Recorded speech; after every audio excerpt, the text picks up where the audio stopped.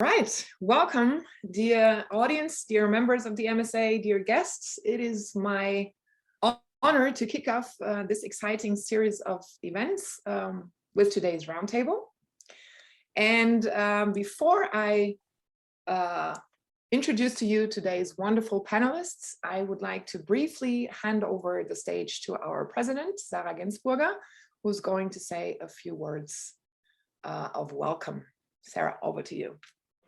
Thank you, Anna. Thank you so much to our panelists today. And I just wanted to officially open this MSA Week of Events by thanking so much Jin-Hyun, Sang-Yoon, and all the team here in Seoul for organizing this event, and to you, Anna, for chairing this first roundtable.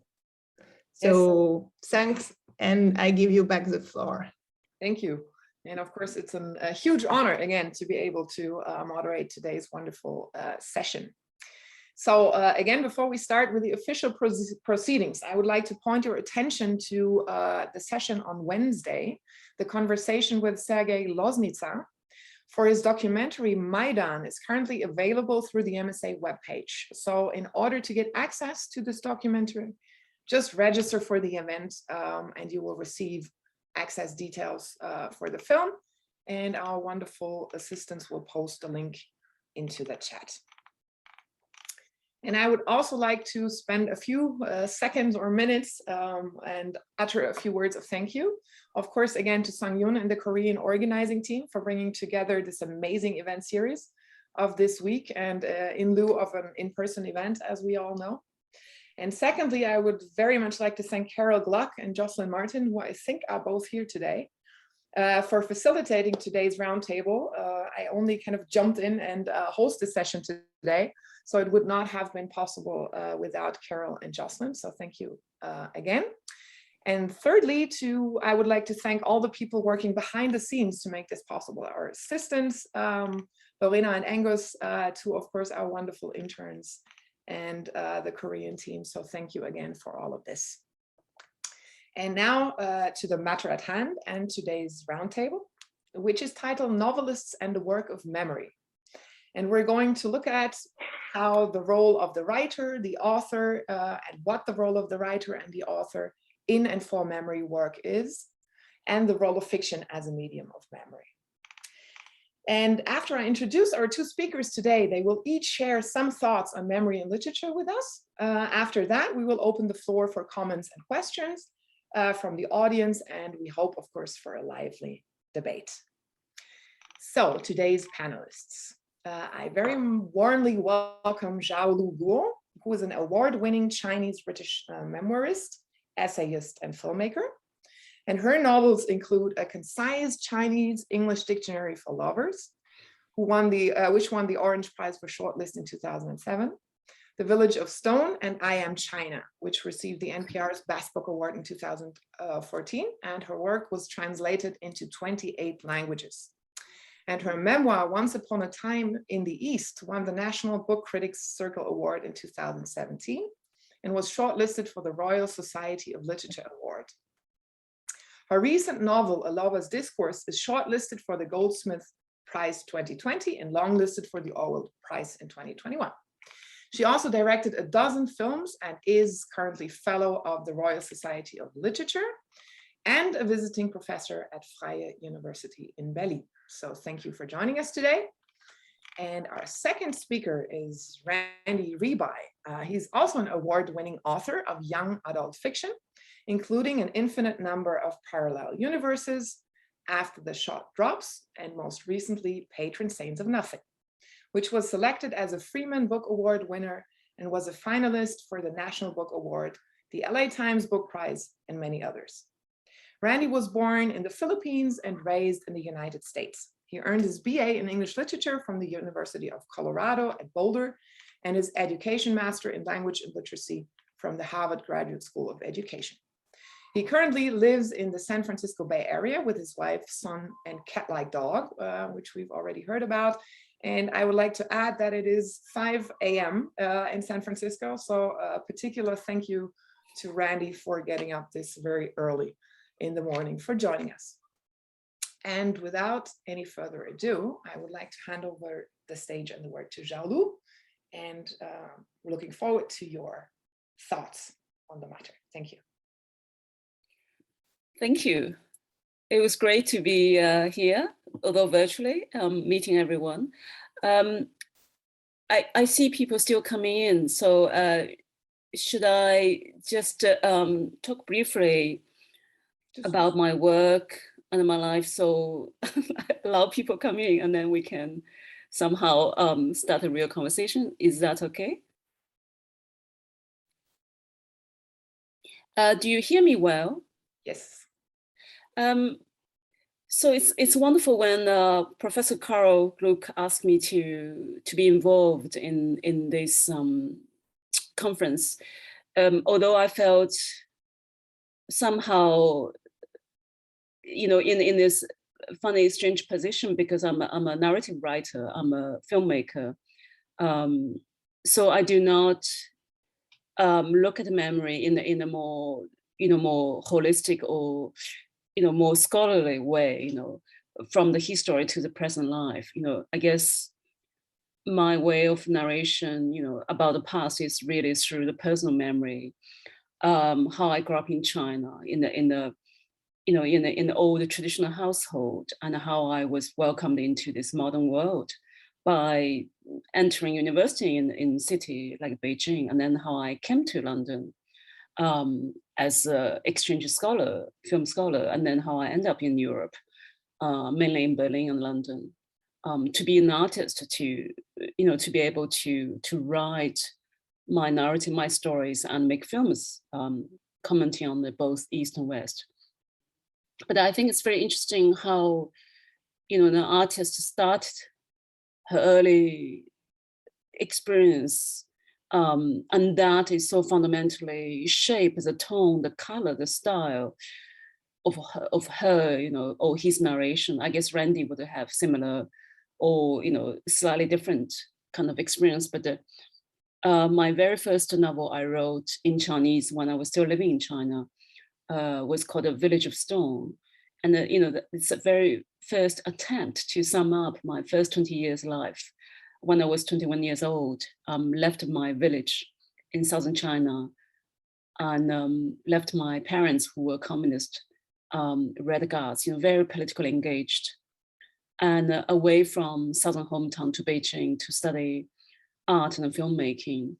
And I think that novel was kind of typical as a memoir. I guess if I was publishing in Chinese, I think completely in Chinese context, in China, it was published, it didn't say it's a novel or memoir, because it was published in a magazine which focused on essay writing first.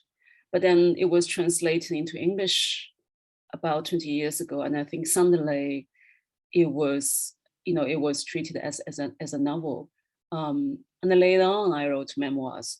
So it's very interesting how, I think all the stories, the source of childhood become, in a different form, as fiction, as nonfiction, as memoir, as an ordinary, daily essay, recording the past. So I guess that's my kind of opening, kind of elusive speech, to hope you will somehow unfold all the complex or individual, personal or collective memories from your end.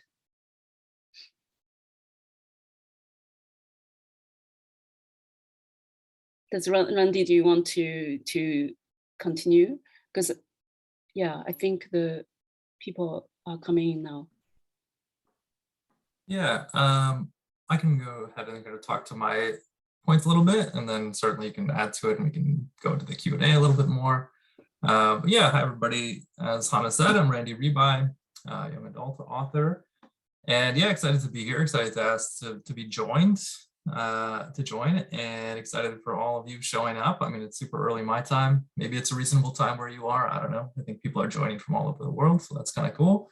But yeah, so I'm going to talk to you a little bit about, I was asked to speak on kind of my relationship to memory as a novelist.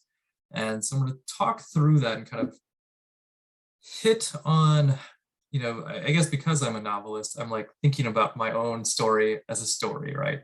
And so I'm going to talk about like how I thought about it kind of in the beginning, in the middle, and then in the end, classic storytelling style.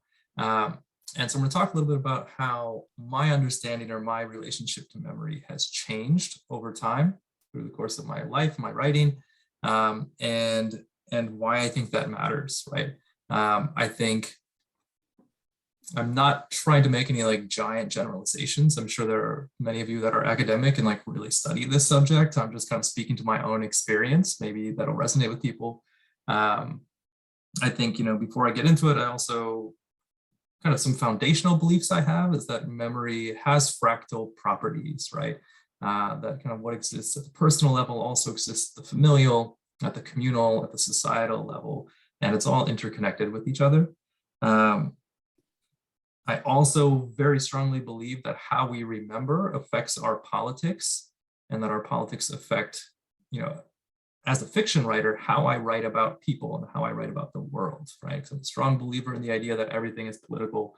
So our worldview shapes our politics, which shapes how we write about things, even when it's fictional. Right? So I guess like growing up, I was never explicitly taught about memory. So my mom came from poverty in the United States, my dad from poverty in the Philippines, and we just didn't talk about it really. We never gave it much thought.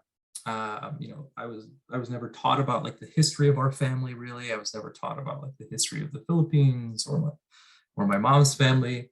There'd be kind of brief references here and there, but mostly for us, memory was like nostalgia, right? It was photo albums. You captured the happy times, right? The weddings, the births, the celebrations. These are photos usually posed, people smiling, having a good time. And that was kind of like memory, right? That was how I related to it. I wasn't explicitly told anything about it, like I said, but I think the implicit messaging there was you remember the good times and you kind of forget the bad times.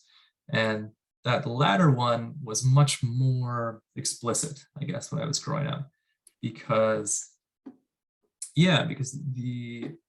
both my parents had kind of been through very difficult situations. My mom in particular had a lot of trauma in her family when she was younger. And that was something we just didn't talk about in our family. It was something that maybe I remember hearing about once, but then we never explicitly talked about it. Kind of as a family, if we did, it was kind of like, we didn't speak about it with my mom, we spoke about it kind of with each other, and it was kind of like implicit that we wouldn't bring it anywhere else, right? And then even like when we think about my family's past, I was born in the Philippines, grew up in the United States. When we were thinking about that, I remember asking when I was really young, like, why did we leave the Philippines, right? Why did we move here? And, the answer I was given was just the United States has better schools, better quality of life. And so they wanted to live in the United States instead of the Philippines. And I think that's pretty much like the bottom line of like how memory was approached in my family and how that was shaped in the beginning. It was almost, looking back on it, I would consider it almost a form of like non-remembering of kind of like, hey, the past doesn't matter that much. Like, we celebrate the good times, we celebrate the past, good things that happen. We avoid talking about the bad things, and then we worry about the present, right? So we can foster the kind of future that we want, right? And I think this kind of ahistoricism translated to my politics, like in the first part of my life, as much as you can have, well, I think you do have politics when you're like a kid, but certainly that kind of translated to how I viewed things, right? Like about the world, like poverty and violence and addiction, racism, all that stuff. It was this very ahistorical point of view of like, why is there poverty? Well, it's because people are lazy and undisciplined. Why is there violence? Because people make bad choices. Why is there addiction? Because people are selfish, right? Why is there racism? There's not racism. It's been solved. Don't worry about it. It's all in your head if people think there's racism. And so it's just this very like tabula rasa, right, blank slate of like everybody's kind of in control of their own lives. We think about the present. As I kind of came up and started to get older, that started to shift, of course, right? I remember in high school, I was in the, if people are familiar with like the International Baccalaureate program, the IB program, so I was in that. And I remember I had a history course where the assignment was to write an oral history report, by talking to somebody in our life, getting their perspective on some historical event or persona or whatever. And I chose to write about Ferdinand Marcos, the former dictator of the Philippines, because my dad had actually worked in the military under Ferdinand Marcos. And so I was interested in that. I wrote about it, I turned it in. And then I remember my teacher taking me aside afterwards and was like, you know, this is all like propaganda, right? I was like, what? It was all about how like Marcos was a good person, he was misunderstood and, you know, mistreated by history, and like everything was blamed on him, but really it was all these other people.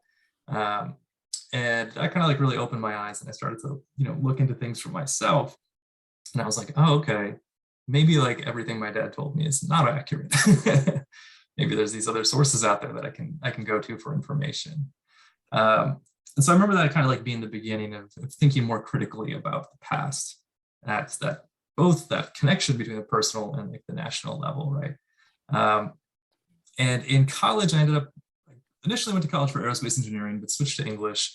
And that really kind of opened up my mind, because I started to read a lot of books by writers from traditionally oppressed, exploited groups, such as James Baldwin, Toni Morrison, Sandra Cisneros, Tomas Rivera, Jose Rizal. And for me, this kind of fiction, this kind of storytelling was like a way in, right? It was something that captured my interest, it captured my imagination, and it led me to learn more about kind of the different situations that these writers were writing in.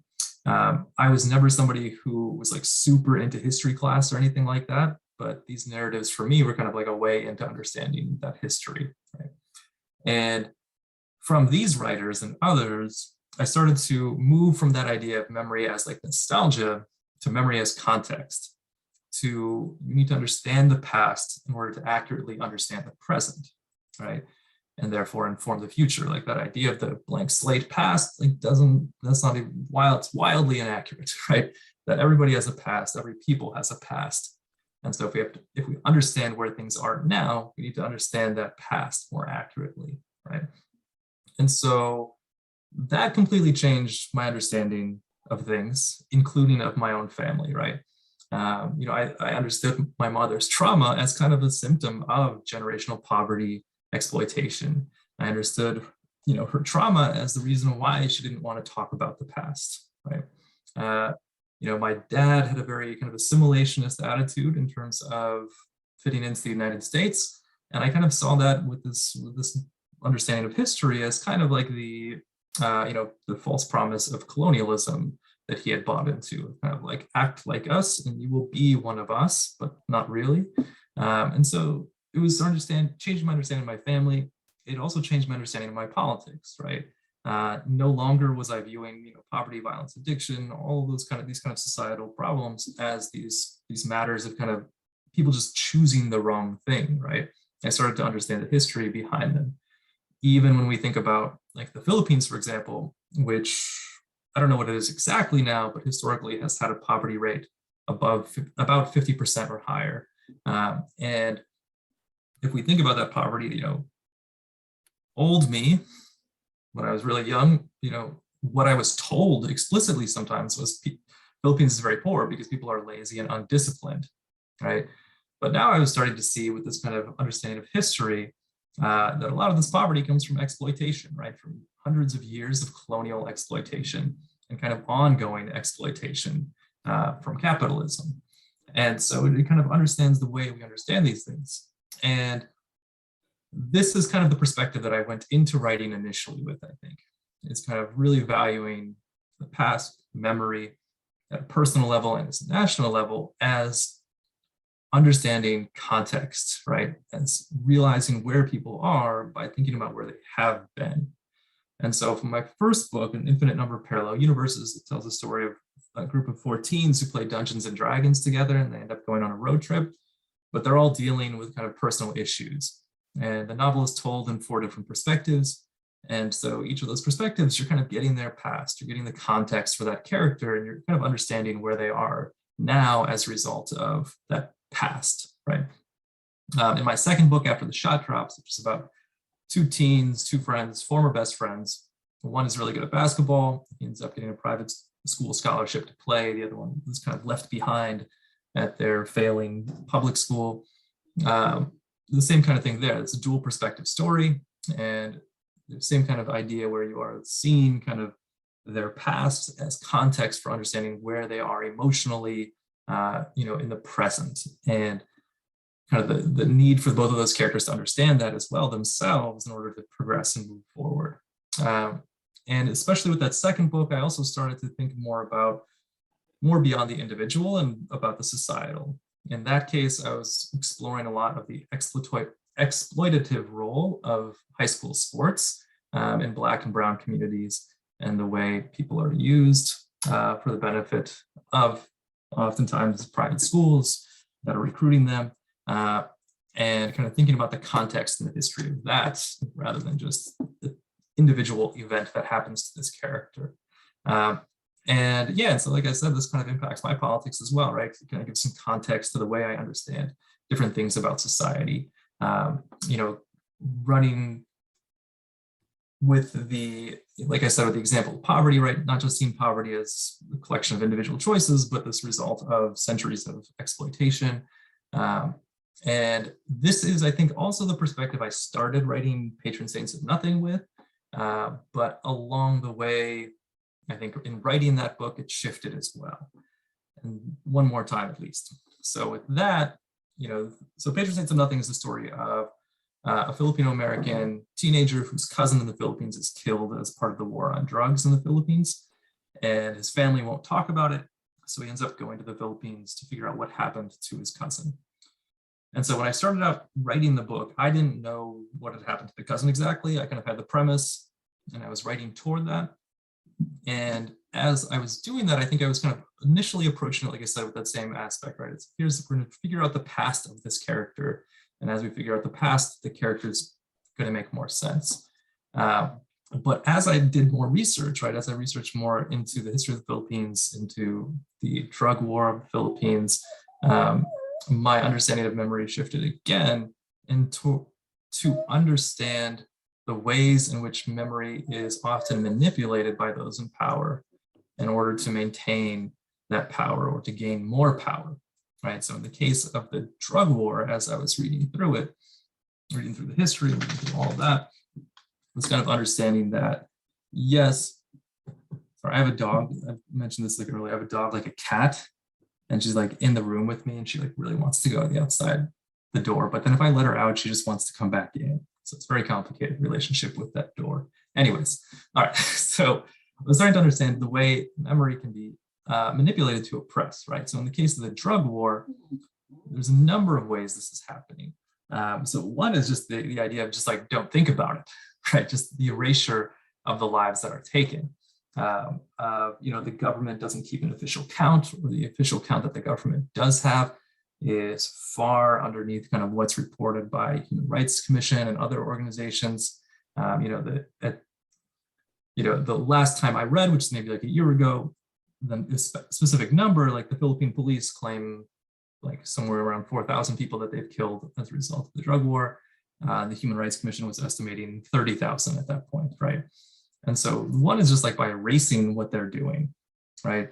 By downplaying it, by rewriting the history of the people, right? By claiming that, they fought back and the police killed them in self-defense. So by physically rewriting that history, right, of kind of what happened and then telling that story over and over again, physically rewriting the history of just the way they label people as drug users or drug pushers that are really just political enemies. And there's no way to confirm it, right? There's no way, they just put the name on the list and then the police go or whoever, sometimes vigilantes, go and kill that person and their political opponent is gone, right? And so it's very much this what I would consider like a rewriting of actual history, personal history, to serve this larger purpose. And the larger purpose being the political clout that President Duterte got from saying he's tough on crime, right? Which always goes well with voters for some reason. It's tough on crime, and he's going to fix the problems of the nation. And these people are making bad choices, and we're going to help them get in line by being tough, right? By being violent. And so I was understanding that, it wasn't just about understanding June's story to understanding where it is now, but that's connected to the ways in which people manipulate that history or erase it or rewrite it for their own gains, right? Even going back to that report I wrote on Marcos from my father's perspective, the more I looked into that, the more I saw the same thing that was happening, right? The rewriting of the history so that we can think about, people would think about the Marcos times as the good old times, have this nostalgia tinged memory of those years, erase kind of the thousands of people that were detained or disappeared or tortured, and kind of just let people forget that, right? So that they can come back into power. And so for me, the idea of memory kind of initially starting as nostalgia, shifting into kind of memory as important context. And now I'm kind of at a place where I'm understanding memory as resistance, right? As a resistance to the way those in power often want to manipulate our memories collectively, personally, nationally, globally, for their own gains, right? And so to me, therefore, I'm at a place where remembering the truth, bearing witness to the truth, which I think can happen through fiction, becomes a necessary act of resistance, right? In that fight for liberation and that fight against global rise in fascism that's happening everywhere. And I think the interesting thing about it is that most often, like, this manipulation of memory is just simply asking us to, like, forget the humanity of other people, maybe an individual, maybe a group of people. And so I think this remembering a lot of times is just like a reassertion of that humanity. And again, in the same way, those other shifts in my understanding influence my politics. I think this also influences my politics, right? If I'm understanding memory in this way, that's going to impact the way I view racism, poverty, violence, addiction, etc. And in understanding that if we ignore this historical and ongoing exploitation that happens around memory, then it allows that exploitation to continue, right? So if we resist that and we remember that truth, then we're resisting that exploitation. And just like with the other things, my worldview, my politics inform the way I write about these things, right? It informs the way I write about all of those issues and more. It informs the way I write about my characters, about people, and informs the stories that I choose to tell, right? And of course, I realize, like, the limits of what I can do as a novelist, as a fiction writer. But I think, what I'm hoping is that it sparks interest, right? That it sparks awareness, that it sparks interest, that it's not the end of the line. It's not like somebody reads my book, reads Patron Saints of Nothings, and they have a perfect understanding of Philippine history or the drug war. But no, my hope is they read it, they're interested, it captures their mind, and they want to learn more, and they're kind of going into the world with, like, a little bit more awake, a little bit more eyes open than before, right? So I think, I'll wrap it up here because I've been going for a while, but I think, ultimately, like, how we approach memory has a cumulative effect, right? How we practice it at the individual level becomes the cultural norm, right? And I think a lot of people are stuck in practicing memory as nostalgia, as I used to be. And when that's the case, we're much more vulnerable to manipulation, right? Because we don't spend a lot of time thinking, we don't confirm, we don't look up, multiple sources. We just kind of accept what's told to us. We forget what's bad because it's difficult, and we just kind of have this, sepia-tinged view of our memories. And I think this is, of course, my opinion. I'm not like a historical analysis. This is not a historical analysis, but from my perspective, this is kind of why in the Philippines, a couple of days ago, Marcos's son and Duterte's daughter were just inaugurated as the new president and vice president of the country, right? This is why I think right here in the United States, this type of remembering has allowed Republicans to appeal to this sense of make America great again, right? That nostalgia for some fictional version of the past that's allowed them to maintain legislative control as a minority by radicalizing their base using this far-right ideology. And I referenced earlier, right, the global rise of fascism, the decline of democracy that a lot of people have been talking about. I think that's kind of contributing to this too, right? Because I think when the truth is erased, when it's downplayed, when it's forgotten, when it's rewritten, it's not by accident, right? It's not by accident. There are people intentionally doing that, intentionally putting in misinformation campaigns, right, that are retelling history in an inaccurate way or ignoring it for power's sake. There's a documentary about Imelda Marcos, the wife of Ferdinand Marcos, that came out a couple years ago called The Kingmaker. And in it, Imelda Marcos has this really telling quote where she says, "Perception is real, truth is not. Perception is real, truth is not." And, you know, I think as a novelist, I'm trying to prove this idea wrong, right? That we have to resist those who would subscribe to that idea so that they can manipulate memory to enrich themselves by exploiting others. And as a novelist, I kind of view it as my role to bear witness to that truth, like I said, to remember, and, you know, however, wherever we can, be stewards and speakers of the truth. All right, sorry, that was a lot, but Thank you. that's my how my understanding of memory has shifted over time. Yeah. That was amazing. Thank you so much for this very thought-through stance on the role of memory in your work. Xiaolu, I would like to hand over the word to you. And Yes. Thank you, Randy. Thank you, Randy, for the shaking up the dimensions of how memory work in the political and in the personal. I was thinking to talk about two things.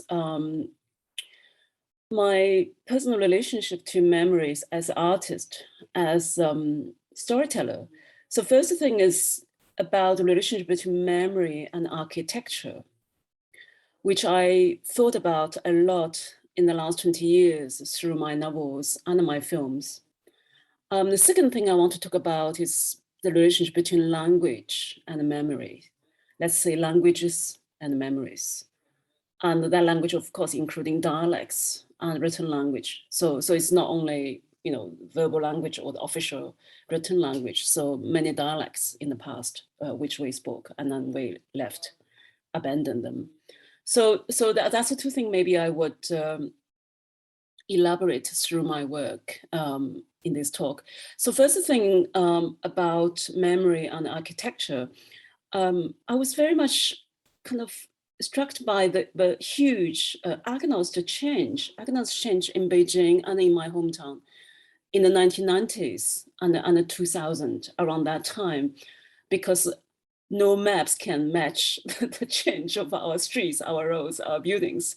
So I remember, you know, from teenager years, you know, living in the new town till, you know, I was 20 something in Beijing, I was constantly lost.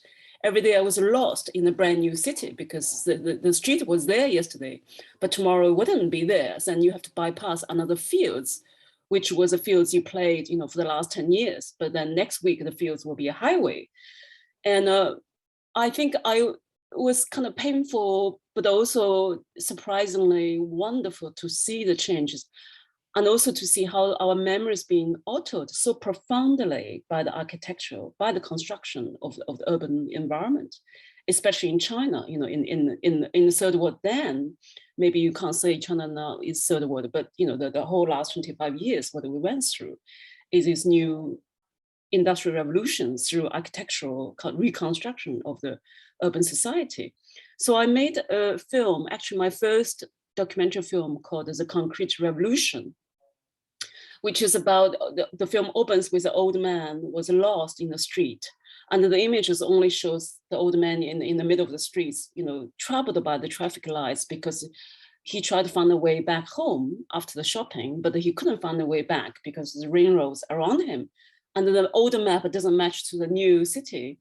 And he forever lost in the middle of the traffic, couldn't find a home. And then the film is an hour long about the peasants, you know, rushing to city to try to build Beijing, the ring roads, third ring roads, fourth ring roads, and then Beijing Olympic Studios, you know, the whole massive scale of the reconstruction, or let's say a sort of a new revolution in the urban world.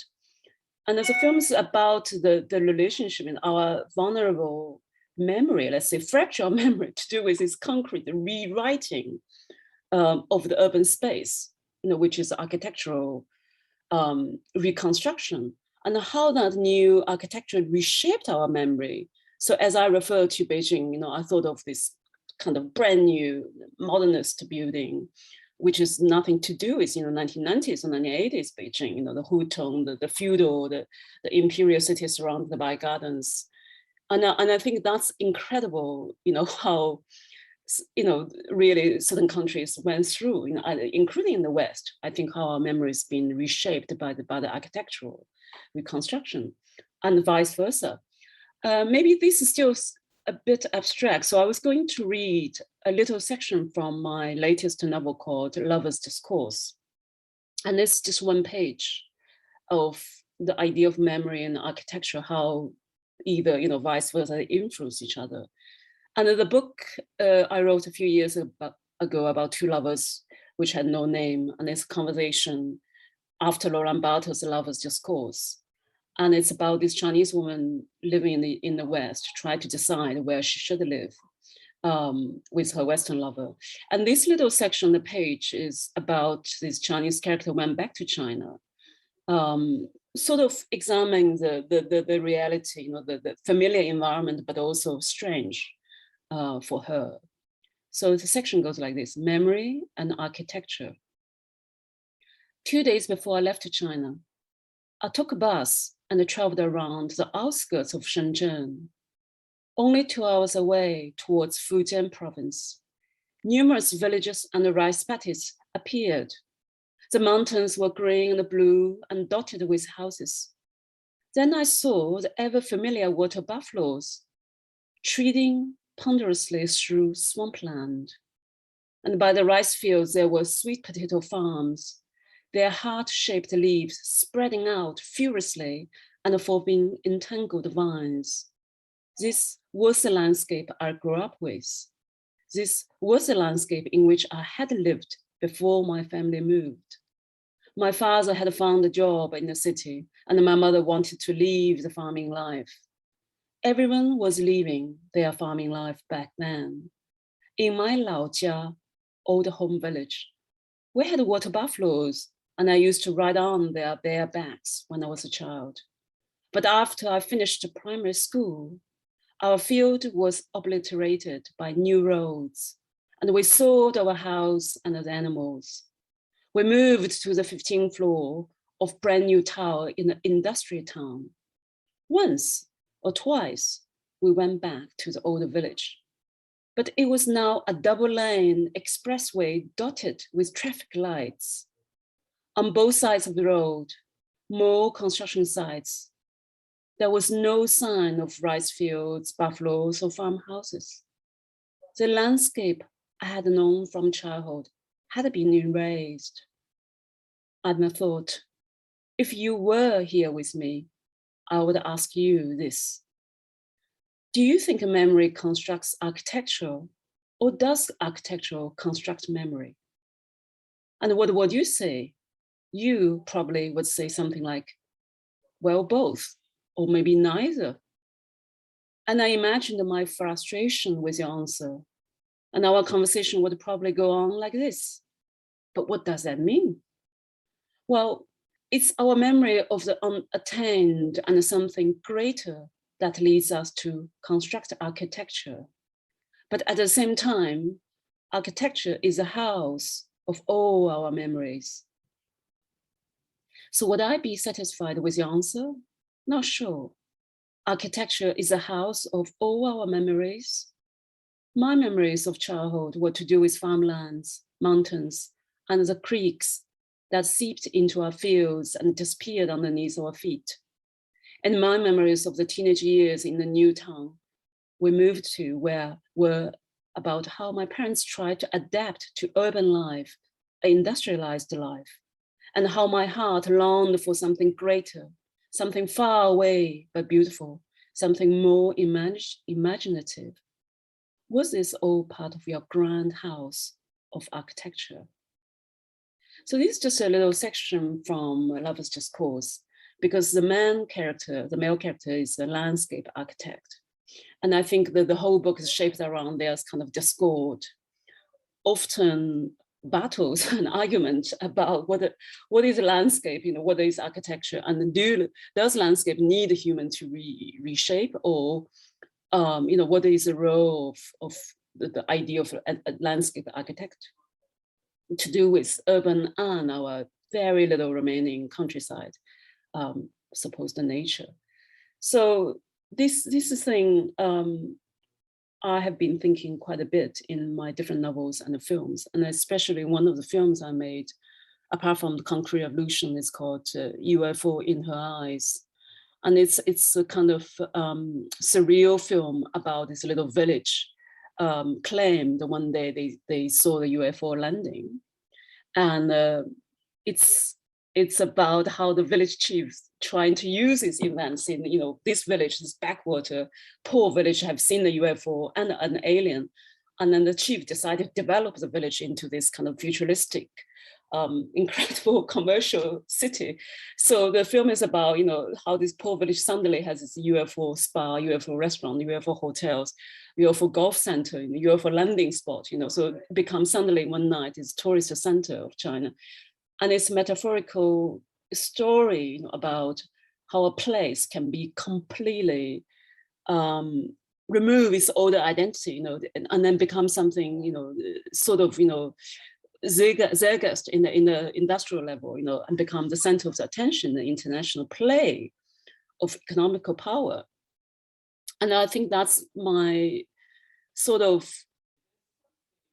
kind of, sentimental kind of relationship to the old agricultural landscape I grew up with, the humans, buffaloes, rice fields, the fruit trees everywhere, in where we lived. And now is something else, it's intensified urban industrial space with, designed residential building blocks.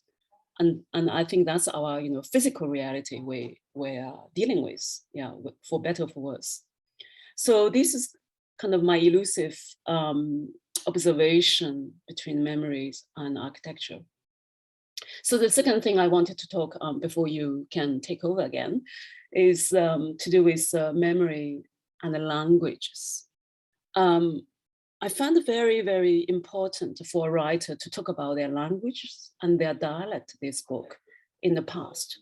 Because if you are a writer, then language is your identity. But if you're a visual artist, then visual, the images, or filmmaker, images and visual art is your identity, which is not reliant on the verbal language or written language.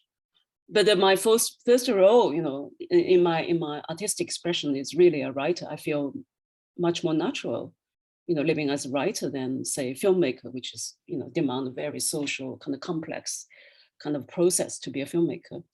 The reason I want to talk about languages and memory, that this inner connection and powerful kind of identity, through language, is because I discovered, in the modern days, we all become migrants or immigrants. I think most of us here, migrated from one place to another, or to a village, from village to cities, or from different countries or different continents. And we might be speaking, a few languages or dialects in our past life. And now I spoke, broken English, because this is a language I only adopted the last, say, 15, 17 years. And I use this broken English to write all my novels for the last 18 years. But before that, of course, in the village, I spoke Hakka dialect. And I think I want to kind of sum up, these little personal linguistic journeys here in this conference. Is I think it's hugely important when we look at the language, how that shapes our memory. For example, the first 7 years I lived in a little village, fishing village, between Fujian province and the Zhejiang province, where everybody was Hakka, where everyone was Hui Muslim. So I grew up in a Hui Muslim Hakka environment with my grandparents, who were fishermen from actually Central Asia a long time ago. Their older parents, their older generations, and they were migrant in the south of China to be a fisherman. So the Hakka language and the Hui Muslim kind of life in that village very much shaped my early years of ways of living. How the way they prepare meal, especially treating meat and the fish, and how they couldn't swim at all, because their parents of my grandparents, they never been to the sea, so they were just newly planted there as a migrant to become fishermen just because they migrant there.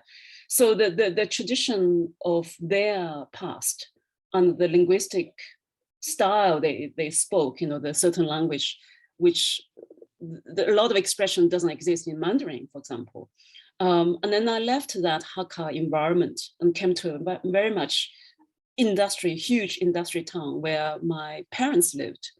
And they spoke another language, which is called the Taizhou dialect, which is very close to Shanghainese, language, Shanghai language, very close, but still very odd, different. Taizhou dialect is like Wenzhou dialect. It's quite strange. It's a mountain. It's around this mountain area, quite enclosed in old days. So I spoke that language, which I remember, just throughout my teenage years until I was 20, I left, went to Beijing, then I began Mandarin kind of life, in terms of speech. And when I wrote about my teenage years, was those Taizhou dialect, which is kind of full of this kind of post-Mao slogan-like, Cultural Revolution slogan-like sentences. As I remember my teenage years, I wrote down those conversations, often like Little Red Guard speaking Mao's dialect straight from Little Red Book. And that's because that town is brand new industry town. My mother worked in the factory full-time and she was a Red Guard. And I think my memory about that teenage years and those brand new town, which, with every month, every year, there's new streets, a new satellite town being built. So the writing about that time, in my books, especially in one of my books called Once Upon a Time in the East, which is a memoir, is really full of slogans, communistic, linguistic style, and hardness, which was very different from my Hakka childhood. It's hard in terms of material life, but linguistically it's funnier, it's dirtier, it's primitive, it's intranslatable because it's so seedy, so rooted in that fisherman Hakka environment, small community. So that I think shaped the way how I wrote, about those years. And then when I was 20, I came to Beijing, which everyone spoke the official Mandarin. I wrote in a very different way as a novelist in my 20s. And that's the third point of the relationship between a very official language in a large country with huge identity. And I wrote in that kind of speech, which is very much Northern China speech.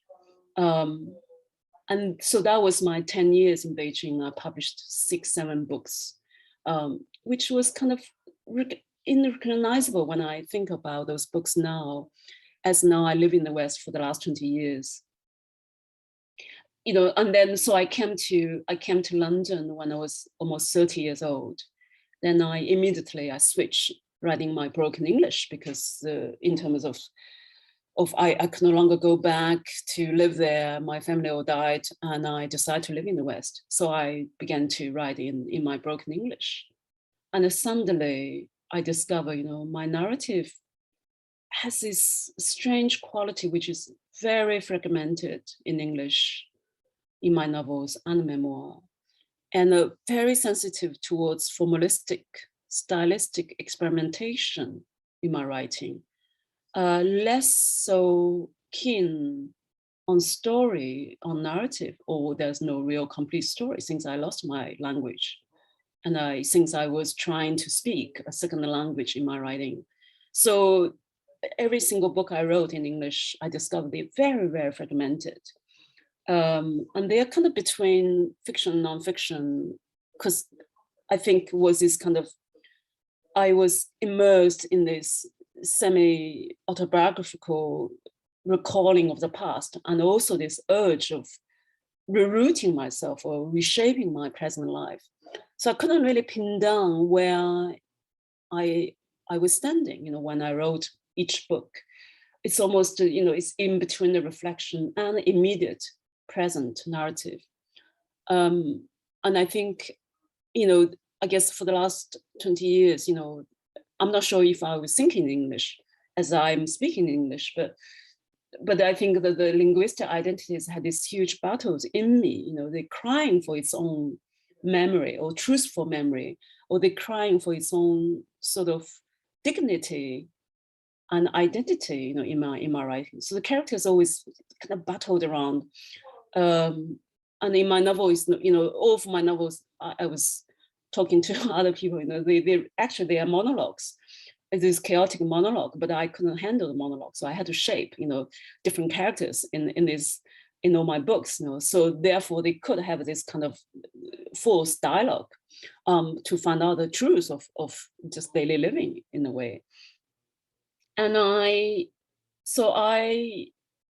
somehow focused, you know, my novels to the themes around the language and identities. So for example, the first novel I wrote in English called A Concise Chinese English Dictionary for Lovers. The girl came to the UK and she couldn't speak English, but nevertheless, she wrote that book from very primitive English, broken English. Slowly, each little section become more sophisticated in her own English. And in the end, you know, the book become more correct in terms of language, English language, but her reality is even more fragmented because it's about losing all the identity, but not quite finding her new identity. Also losing your home and not quite shaping your new home. And that's very much about language. And as I read this little section about architecture and memory, the book is called Lover's Discourse. And again, it's about, so, you know, how we live in our supposed identity, because the man is a Germanic person and she's a Chinese person in the story, and how they, you know, it's almost like this continuation of the European identity converse with East Asian woman who is desperately trying to reshape her home in a more or less similar way from her memory, but it's forever lost. You know, the old home she tried to reshape in Europe is never the same home, Laojia, as I said, in her memory. So it's about this kind of alienation through a material project, building a home together in this novel. And at one point in this novel, they settled on a boat in the canal. You know, if we're drifting, we're better drifting for real. You know, so they said, okay, let's live in the boat and see, you know, where this water will take us, this reality will take us to. So that's I think my obsession, you know, in my novels, try to explore the relationship between language and the memories.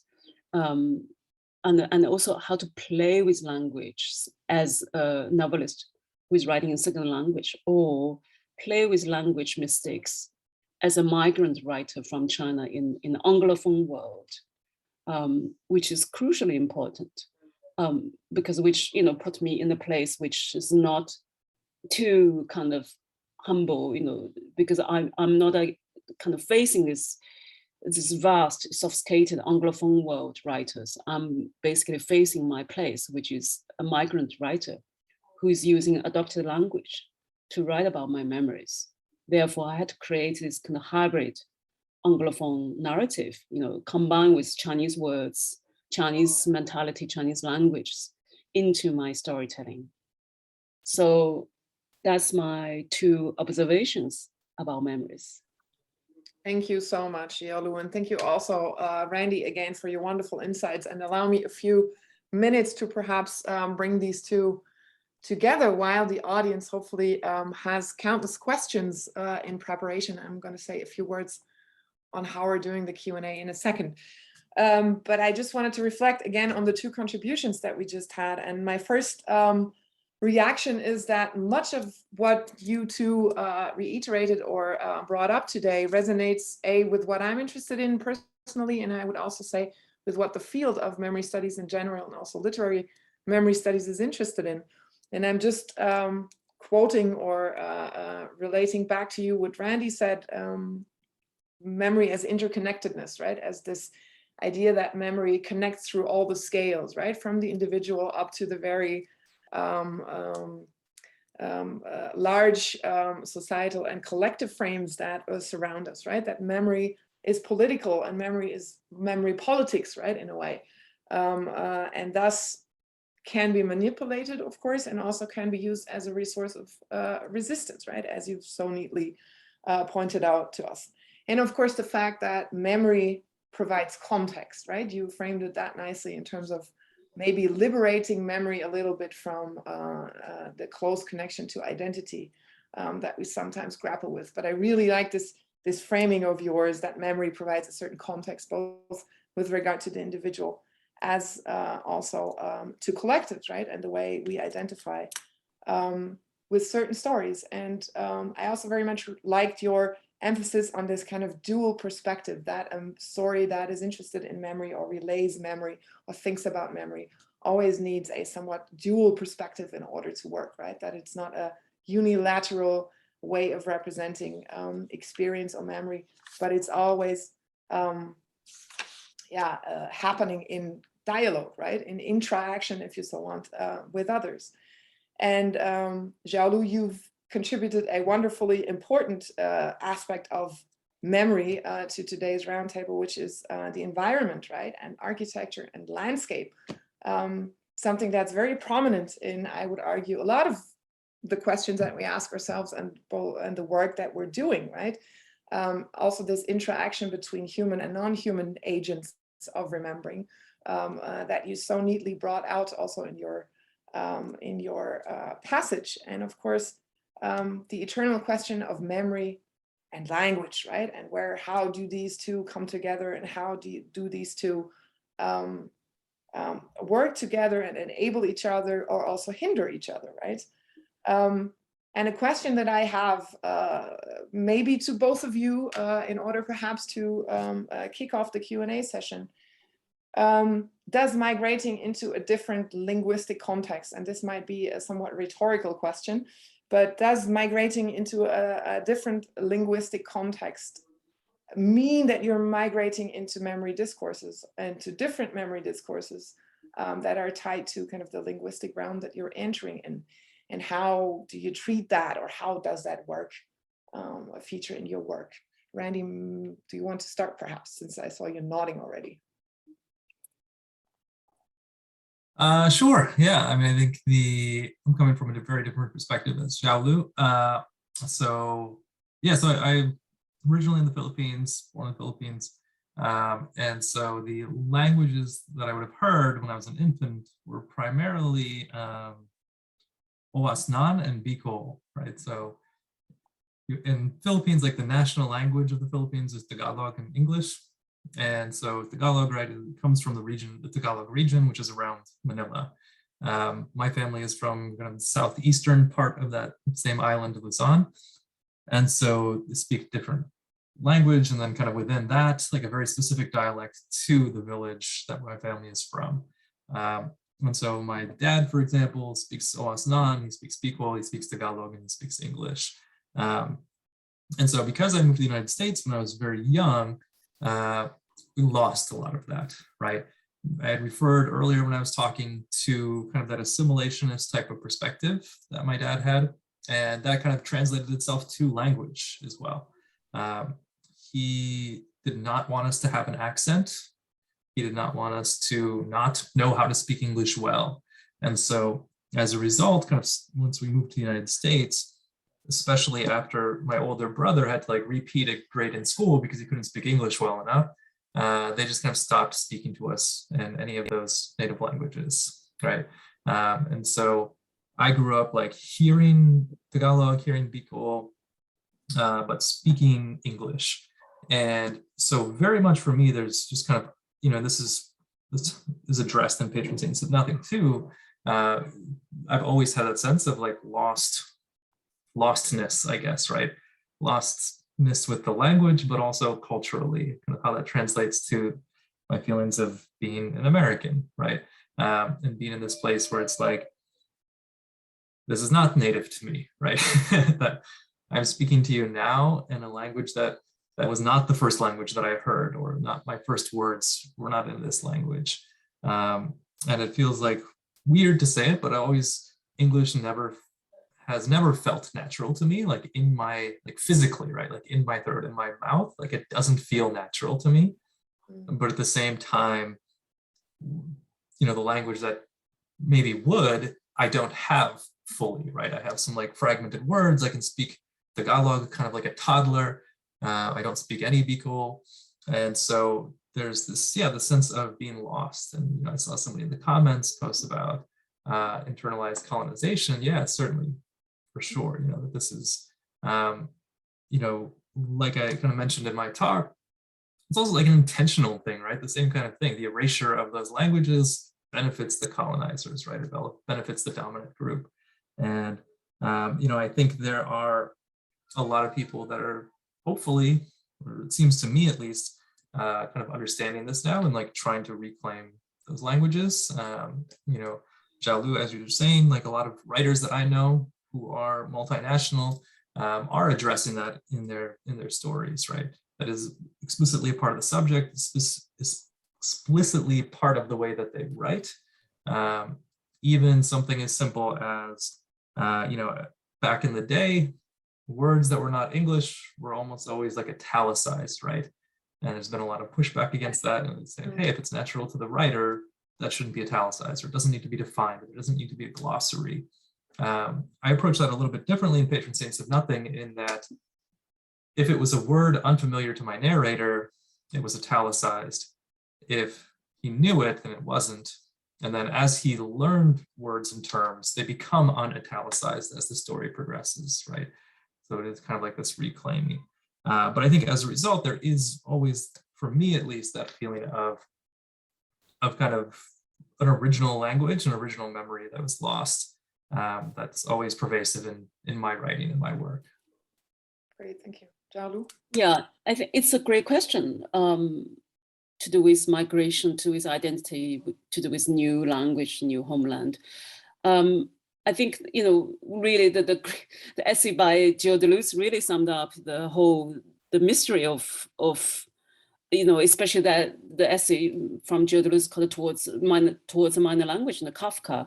So it's really Kafka writing in High German, but from Czech family, Czech language, you know, and the idea of how, you know, how as a minor language writer, how to work within the major language. I can't say, you know, Chinese language is a minor language, but I guess, you know, for a writer who left or lost your home country, I do feel I'm a minor language writer, you know, who somehow adopted this major language, Anglophone language, to write. There's a certain loss, but there's certain great freedom as well, you know, politically, especially censorship and a certain barrier I never explored before.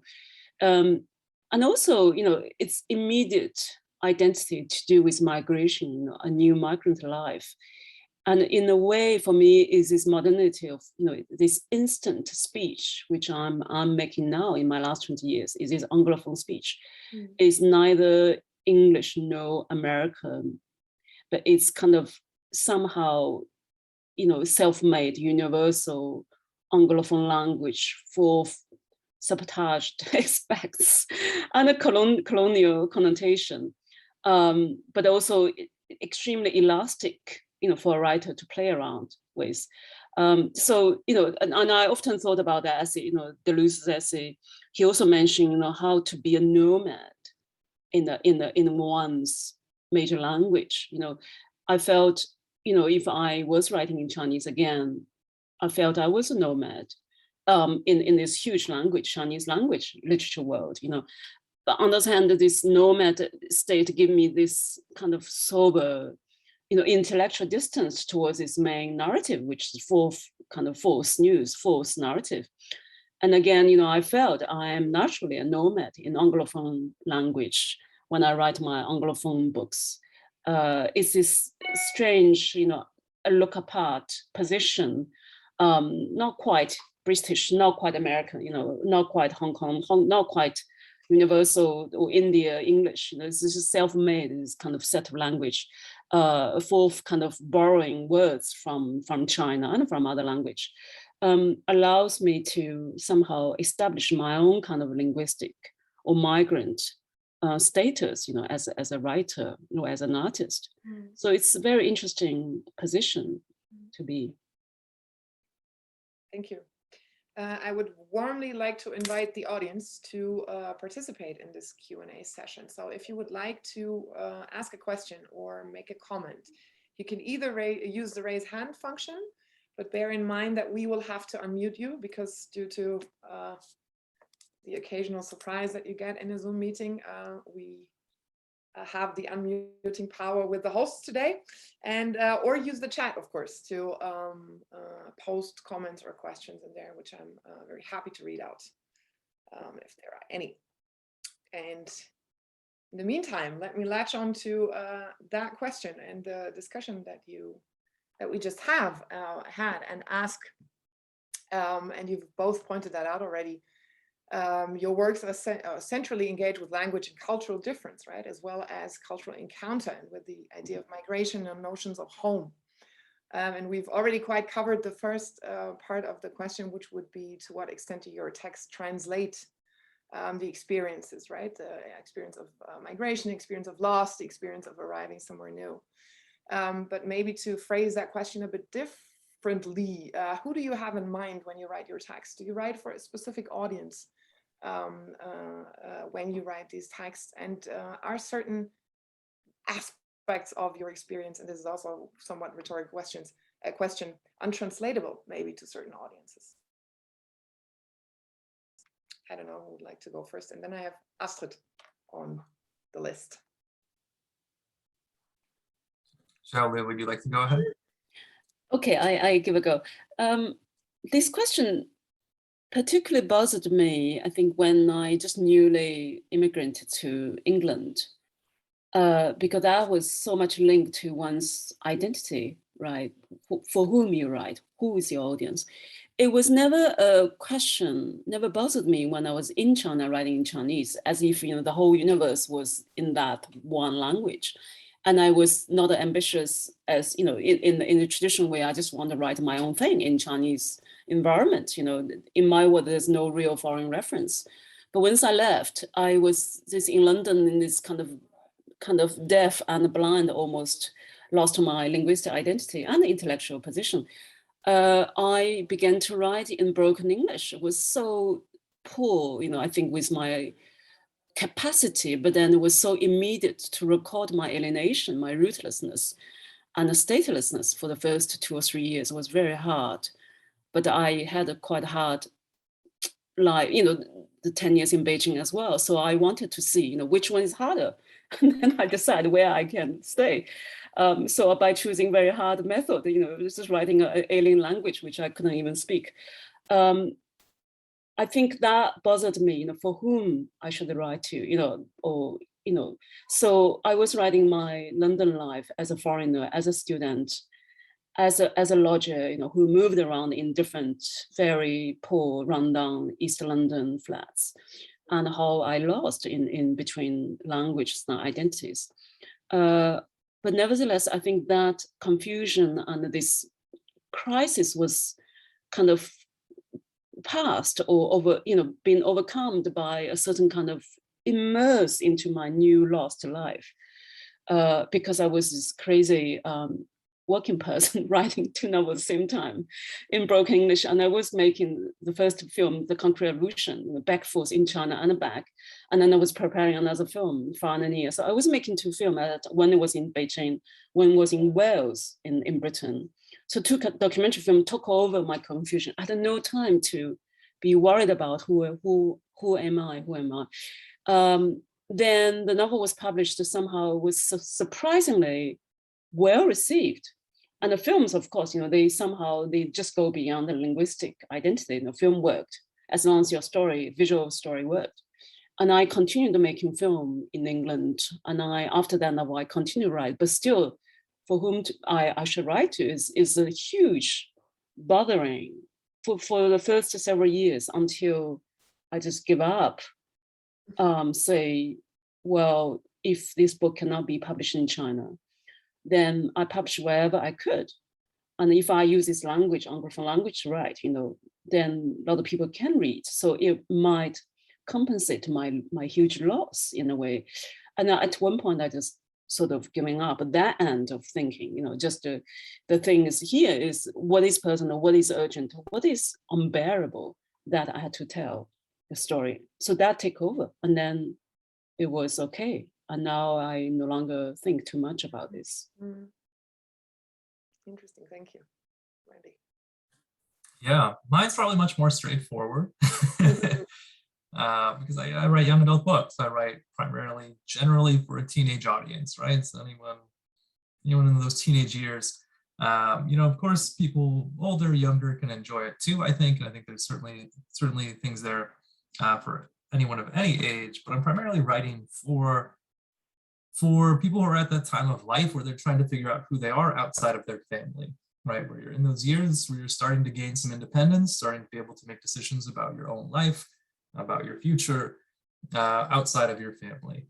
And I think that naturally leads to people thinking about who they are and kind of why they view themselves in certain ways, what they want to do in the future. So I think generally that's kind of the age range that I'm writing for, and that's kind of the perspective that I have in mind as I write. Also been a high school, you know, I've taught teenagers for the last 16 years, and so it's like very, very much in the forefront of my brain. And I think more specifically with Patron Saints of Nothing, I was writing for Filipino-American teenagers in particular. You know, when I was growing up, there were not any books written for me that I was aware of. You know, I didn't read my first book by a Filipino or Filipino-American author until I was in college. And I wish I'd encountered that earlier. So I guess I'm, in a way, writing the books that I wish I would have had when I was, you know, 13, 14, 15, 16 years old or so. Books that I think, you know, would have made me think a little bit more critically about myself, about my place in the world. And so, yeah, and like I said, I think people who are not Filipino, people who are not biracial or whatever, I think there's a lot they can get out of it. I've had a lot of people read it who are not Filipino-American, but, you know, especially like when I get feedback from readers, what means most to me is when it is a Filipino-American who's like, hey, this is like really, the story really resonated with me for whatever reason. So yeah, so I think maybe it's a very clear audience in my mind, I think, as I'm writing. Thank you. All right, and I apologize in advance for butchering names, probably. So the first one on my list is Ms. Meher Gandhi. Thank you. You were close. My name is Meher Gandhi. And I have a question for Randy, and then I also have a question for Xiaolu. And I'm sorry again if I pronounce these names wrong. Randy, you mentioned the term reassertion when you were talking about memory. So I want to know more about this context that you use the term in. So do you mean that by remembering certain things, we are reasserting those events in our brain? And do you think that this reassertion is devoid of manipulation? Because I know that certain studies do claim that by remembering certain things, we're actually manipulating the original events. And it's sooner, I mean, very late do we realize that or we do not ever realize that the original event is nothing like what we remember it to be. So I wanted to know more about the reassertion and that quality of memory that you talked about. Yeah. So, you know, when I'm writing about that, when I'm talking about that, I'm thinking about, you know, to give you some concrete examples, right? You know, when we think about the Marcos dictatorship, and the Marcoses, even at the time and certainly now, will say, hey, we didn't torture anyone, right? And so at its basic level, to me, that means resisting that erasure of the thousands of people, you know, primarily political dissidents who were tortured. And so just quite simply, you know, remembering that fact that these people were tortured, allowing them the space to tell their stories of what happened, and honoring those stories and honoring the truth of that, right? And so, you know, I think your question is probably getting at something that's beyond my level of expertise, thinking about like the objectivity of truth per se. But I think when I'm thinking about it, it is thinking about, yeah, like there are things that happened in the past, right? There are things that are happened that are truthful, that are factual, and it's resistance to letting those things be erased or downplayed or rewritten. Because I think a lot of times you know, and sorry, I'm thinking about this like in the US context too, right? When we think about slavery, for example, the history of slavery, there is something recently in a state that is trying to, the state, I think it's Texas, it's probably Texas. They are trying to push something through in their education system that would essentially rebrand slavery as involuntary relocation. So if you were to learn about slavery in school, the history of slavery in the United States, it would not be called slavery in Texas. If you were to learn about it, it would be called involuntary relocation, right? And so to me, it's kind of like, this is absolutely a rewriting of history and a downplaying of the horrors of enslavement, right? And so to me, the idea of remembering is recalling the past, going, looking at the historical records, looking at first-person accounts, and telling those stories, remembering those stories. Because I think a lot of times the tools or those who are in power that want to manipulate memory for their personal gain, it is sometimes that manipulation, but a lot of times it's just a forgetting of what happened that they want, right? An intentional forgetting. And you're thinking about that's the idea of slavery there, right? This is something too, I don't know if people are probably familiar with it. If you're not, there's something called 1619 Project, which is thinking about kind of recasting the way we think about slavery in the United States and the fight for independence. And there are a lot of states that, conservative states in the US that want to ban these materials or this project from being used in schools, right? And a lot of the arguments about banning them are they're not qualms about historical details. A lot of the arguments are simply, it makes white kids feel bad to learn this, right? And so I think a lot of times it's simply a matter of not qualms over the details of what happened, but sometimes just like what happened, just it happened. And people don't want us to think about it or don't want us to remember it for whatever purpose. And I know that doesn't completely answer your question, because I think thinking about like the objective truth of memory kind of gets into the philosophical realm of reality itself, but perhaps that helps kind of frame more of how I'm thinking about it. Karen Christian just added to that in the chat. Fortunately, the Texas State Board of Education just rejected the involuntary relocation proposal. So very good. Glad to hear that. Yeah. Maya, you had one more question for Xiaolu, I think, right? Yes, thank you. Thanks, Randy. That does explain a lot. I have a question for Xiaolu. So you were talking a lot about memory and language, and this is something that I'm curious about. So do you think that when we shift to languages, even not necessarily just in writing, but also while thinking, right? We might think in a certain language at one moment and then in another, owing to how fluent are we in either of those languages. Do you think that when we shift these languages, we start looking at memories differently? Do you think that the language shift affects what perspective we choose to look at certain memories from? If I could, yeah. Yes, great question. I think it's very complex, really requires scholarly study on how the language affect memory narration, right? I never really studied in the theoretical way or as I said, holistically, but I do find, when you write, especially narrative work, the selection you did, with one language, with the materials is very different. I would just use example, when I wrote this village story, UFO in Their Eyes, about all the village people claiming they saw UFO, and then the whole village become very rich from very poor place. I thought in this very dialect, dirty swears all the time in the Southern China dialect. Then I had to translate everything into English because that was the third English book I was writing. So this kind of linguistic kind of attempt to translate this dialect into this strange, standard English. And I was so bothered by translating swearing words between the farmers, peasants, and the policemen in China. I discovered the role of translator or active translating. So I would say, we are all translators in our memory searching journey. We're the agent of translation process. And how do we translate, one episode of our life in one particular language? How do we interpret that? And where's the footnote? And where's unsaid without footnote? Very interesting. And then I also remember when I translate that, Anglophone novel, UFO in Her Eyes, back into a Chinese film, which were filmed in Chinese village. This is another profound translation. I had to translate back all the dialogue into the local Hunan dialect from English language, which is bizarre. None of the swear or dirty jokes worked in the dialect, even though I constructed it originally in dialect, but the verbalization was in English. So it's very, very complex process.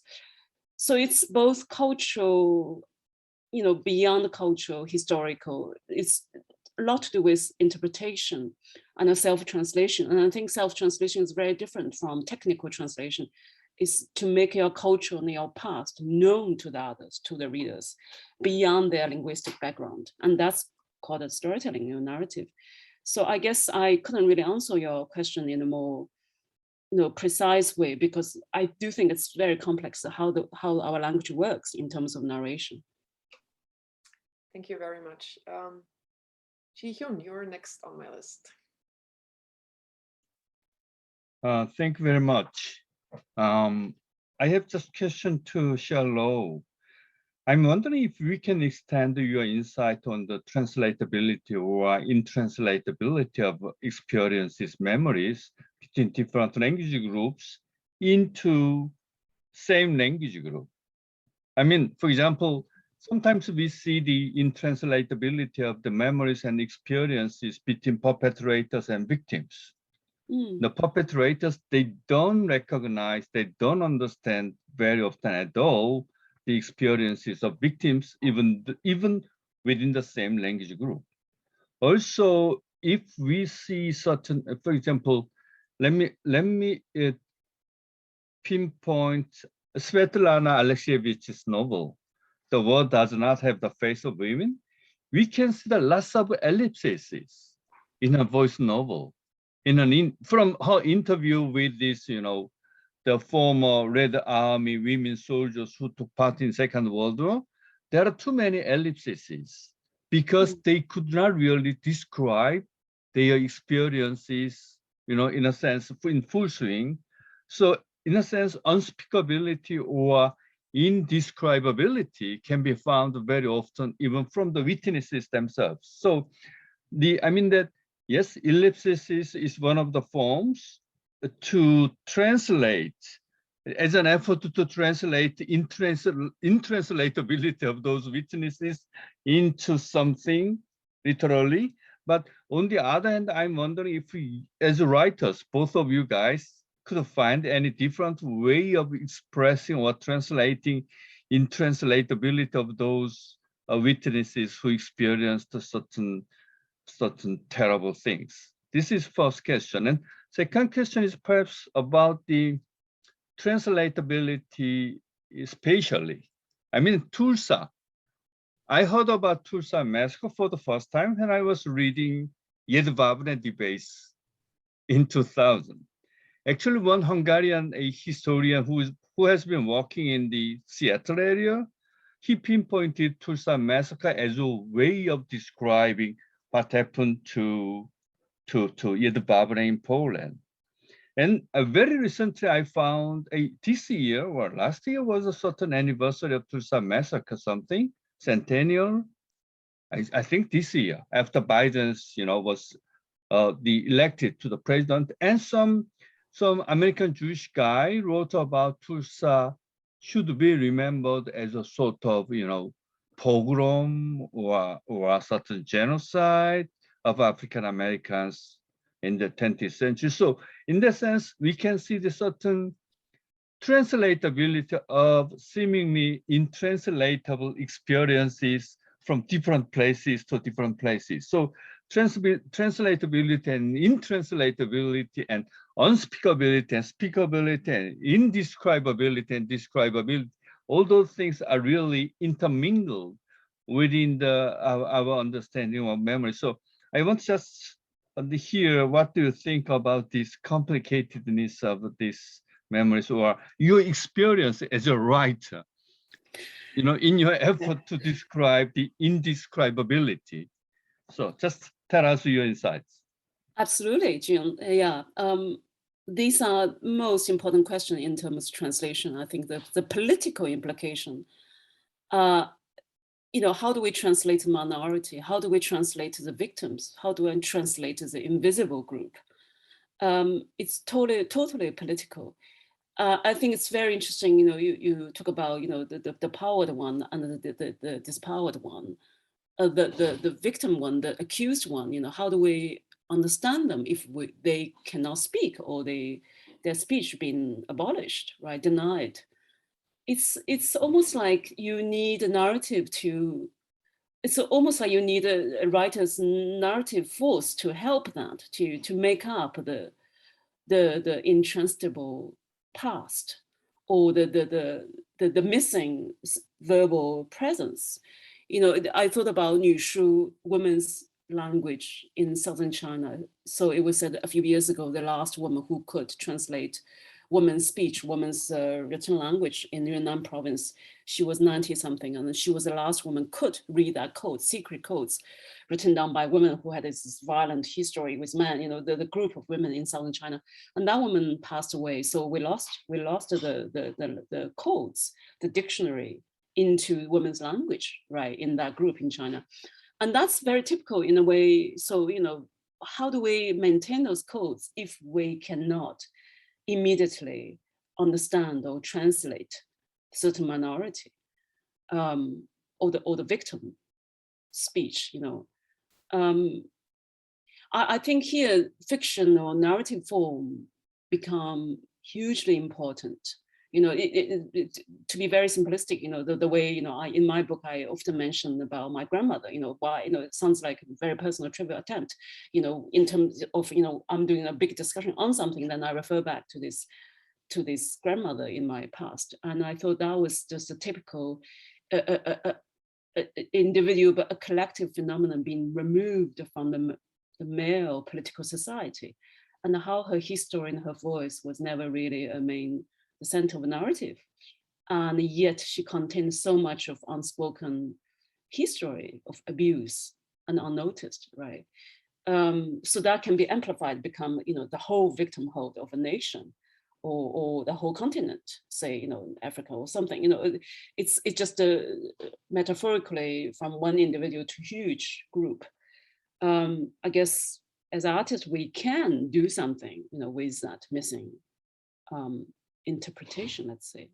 Randy, would you like to reply to? Yeah, I think that was all very well said. I think it's a really interesting question. And again, I feel like I'm out of my depth trying to answer it. But, my very simplistic way of thinking about it is that, 100% of translatability is impossible. I kind of think of it like an asymptote in math, right? You can approach it, but never touches it. And so, I think I kind of write from that perspective. It's like we're never going to be able to 100% understand or translate, whether it's a language, whether it's somebody's lived experience, whether it's a historical event. But we can try to get as close as we can. And I think, I think of my position as a storyteller as like one way we can do that, right?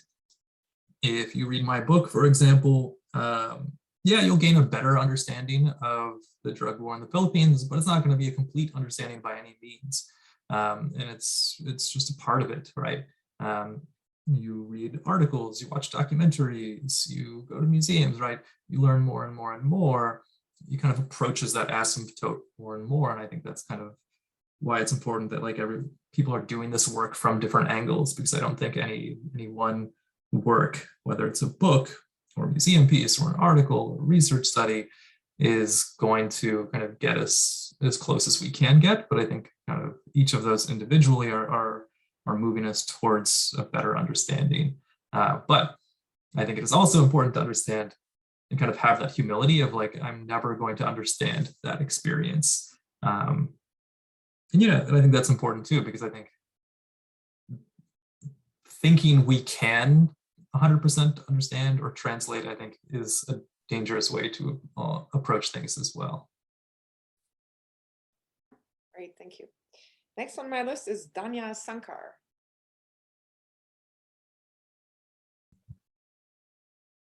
Can you hear me? Am I audible? Yes, we can. All right, all right. So I keep my question very short. It's for both Randy and Xiaolu. So rather than, dwelling on language, I would like to know about how border works in the memory narratives. Like how this, since you have spoken so much about space, I would like to know how this border, because you have, the transcultural narratives. You don't have narratives just sticking to one place. You have memories which are made through movements.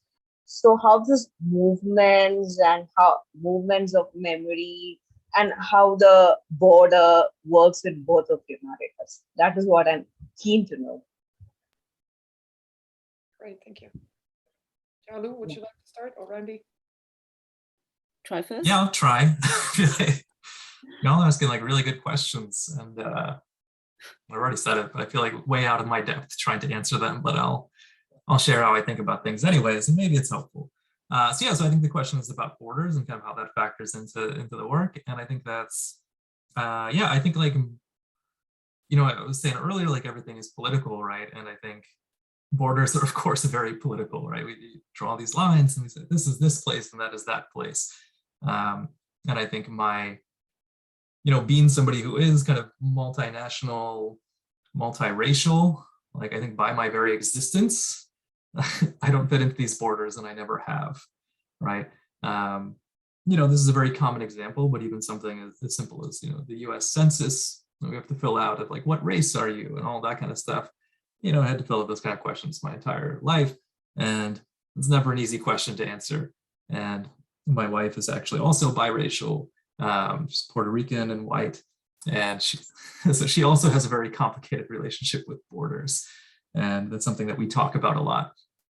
And I think so, so for me, it's a matter of like, a lot of my characters don't fit neatly into boxes or aren't easily contained by borders. And I think that's kind of a perspective that they inherently have that impacts the way that they do interact with those around them, that interacts with the society that they're a part of or feeling like they're not a part of. In Patron Saints of Nothing specifically, there is a very literal crossing of borders. And I think that is, it is like a trope a lot of times in fiction, where we have characters that are biracial or binational or multi-ethnic, because I think a lot of times that crossing of a border can sometimes affirm certain notions that we have about ourselves or about the relationship to those borders, as well as kind of shake them up as well, right? I think, for example, for my main character Jay, who never feels like he fully fits into the United States because he has this other side of himself. There's this notion of like the Philippines as home, right? Which becomes romanticized or essentialized as like, oh yeah, if I cross the border and go back to the Philippines, I will be home and I'll feel that. But then he does, and he feels very out of place, right? And I think there's some ways that he does feel at home, but then there are also some ways where he realizes that that's not quite home either for him, right? Whether it's because he doesn't understand the culture, he doesn't speak the language, he has a different perspective on things like death, even from those around him, and that it is very much this I've heard this term before of like the third place, right? Third place of kind of, it's not here, not there, it's somewhere else. And I think there is, maybe I'm just being arrogant here, but I think there's like the perspective that we can bring to the situation is kind of to reveal the arbitrariness of these borders, right? By our very existence as like being people who are multi-ethnic or multinational,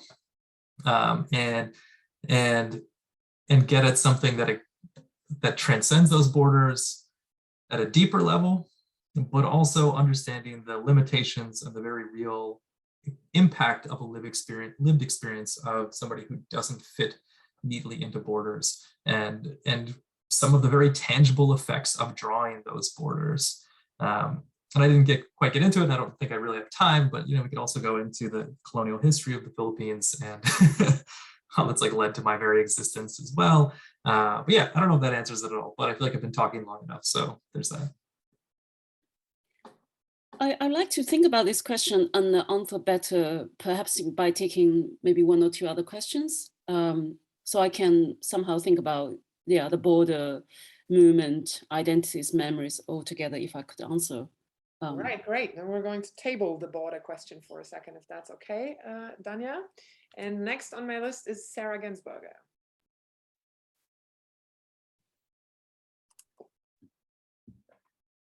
Thank you, Anna. So I have two questions, very short. First, I was wondering, since one of you write for adults and the other one for young adults, I was wondering if you saw any difference in the way you tackle this issue of memory and the past, and if you have some occasion to discuss with some of your readership. Do you feel the way the readership sees this topic of the past and memory diverge between young adults and not that young adults? And my second question, when I listened to your introductory presentation, I was really impressed by them. First, very much interested into them, but also very impressed by the level of even conceptualization. Like, as Anna said, we are memory studies scholars. So in a way, I'm from social sciences, I must say. I'm not from literary studies. She's laughing at me. So I will say that some of your books may be taken as object of research by some of my colleagues in literary studies. And I'm coming from social sciences and also from a place where conceptualization is very important. And listening to you, I was wondering if you read some of the scholarly work on memory. So obviously I understood that you read book about history of the events you are writing about, but did you read at some point some more theoretical conceptualization things about memory? For example, you spoke about architecture. One of the founding fathers of our fields built the reflection around collective memory through the study of the city and the relationship between mind and building in terms of memorialization. So it was only a question of curiosity. I wanted to see how you see us in a way and interact sometimes with us, since most of my colleagues here in the audience interact with you in their everyday research. Yes, I give a go first. To come back to your first question about, do I think writing for the adult or young adult or for children? I grew up in a society. I was only 8, but we had to recite Marxism in my primary school. So I grew up in a society. If you're in China, in primary school, you recite some Mao speech, a lot of paragraph from Marx, Engels, from Das Kapital, Lenin. So I grew up without knowing, there's such thing called the children's literature, Alice in Wonderland. Again, when I came to the West, I said, well, Alice in Wonderland is not for children. I couldn't understand as 3 years old women from China. I didn't grow up with any separation of adult literature or young adult or children's literature. We didn't have that. Everything is pure political, ideological education is served for the propaganda, served for the political force from the central government.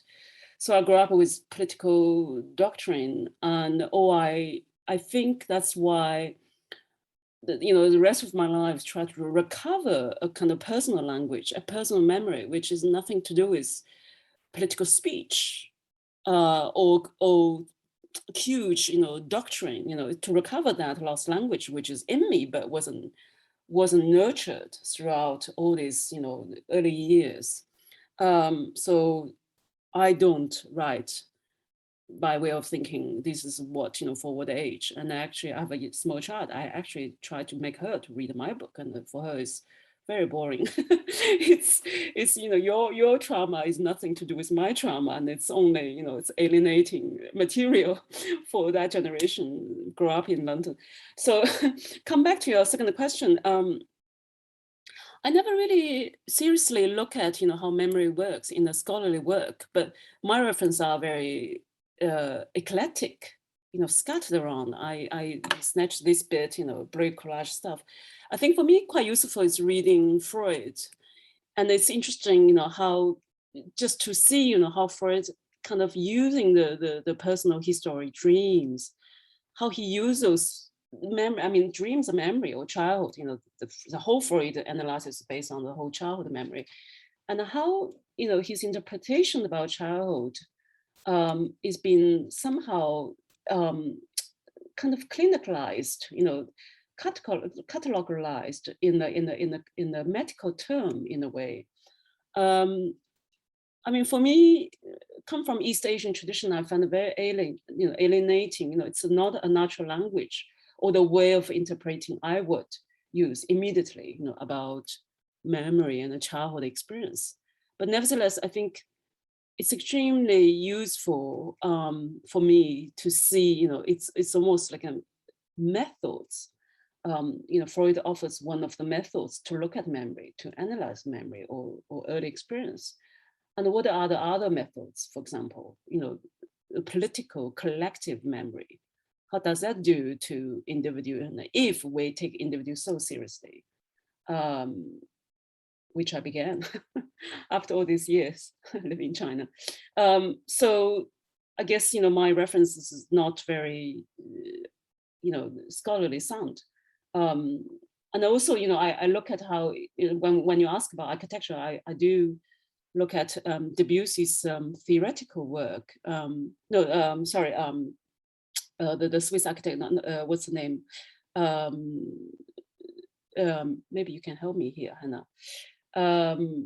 The Swiss architect, I'll come back later. I look at the theorist memoirs and how they somehow structuralize their early year, their memories for their political kind of, campaign, for example.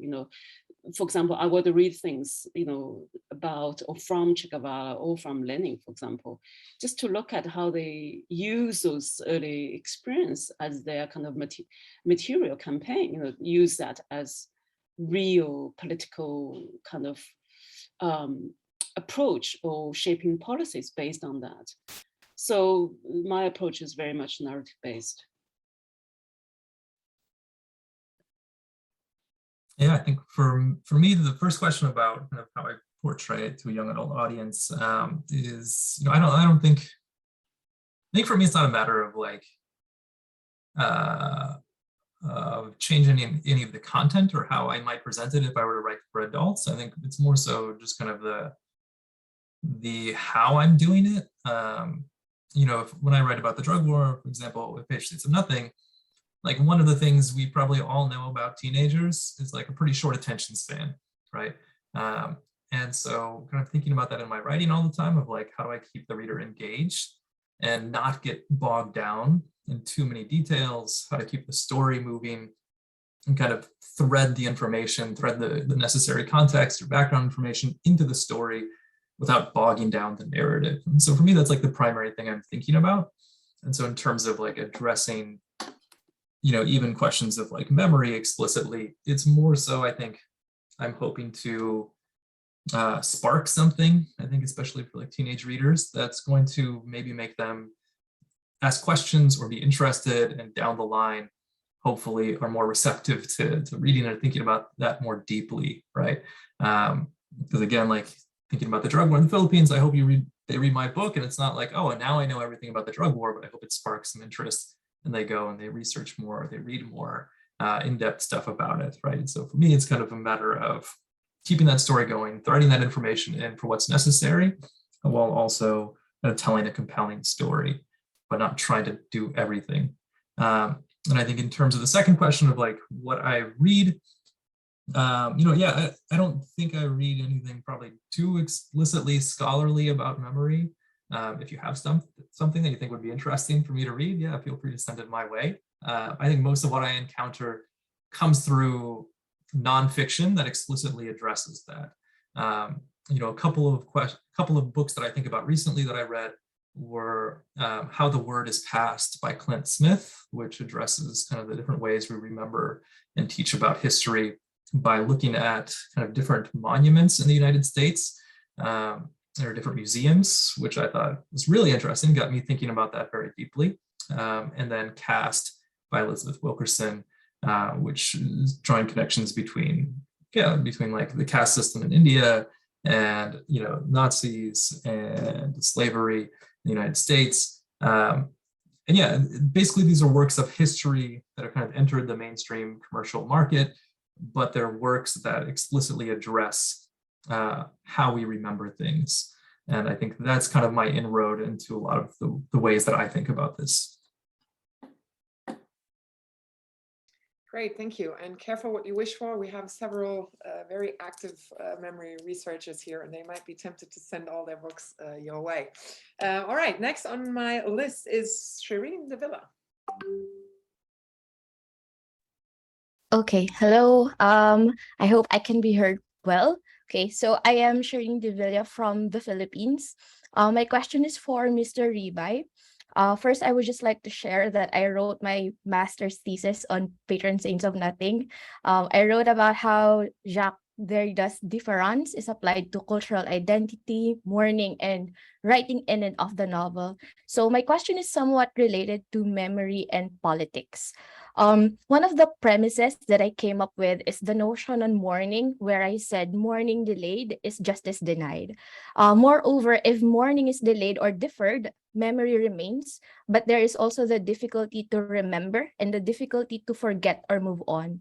So now I would just like to ask or to know your thoughts about how delayed mourning, as seen in the novel, affects the remembrance or memory and justice that must be served to victims of extrajudicial killings. Thank you. Yeah, thank you. And thank you for writing your paper on the book.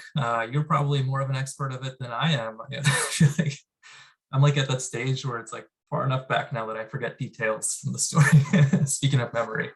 But I think it's a good question about kind of thinking about mourning and grieving and delayed versus that happening in the moment. And I think that is, I think you're right on with that idea that as you phrased it, I think you phrased it very eloquently.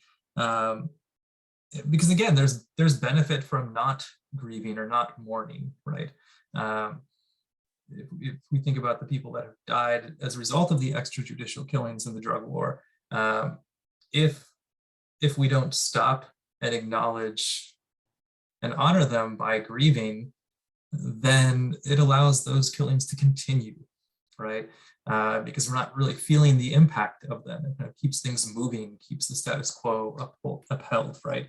And I think you're right on that idea of like, even if it's delayed, there is, I don't know, I guess I'm just saying this off the top of my head, maybe it's not true, maybe it is, better late than never.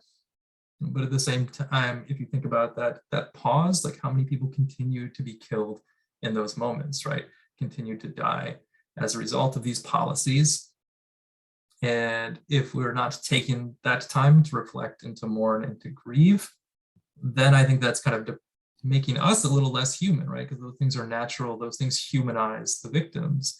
And if we're not doing that, or if we're doing it later, if we're delaying it, then we're allowing those things, those injustices to continue, right? Because we're not taking that time to remember that there are very real people behind these headlines, behind these stories, if they even make the headlines anymore. I think a lot of it's becoming normalized, right?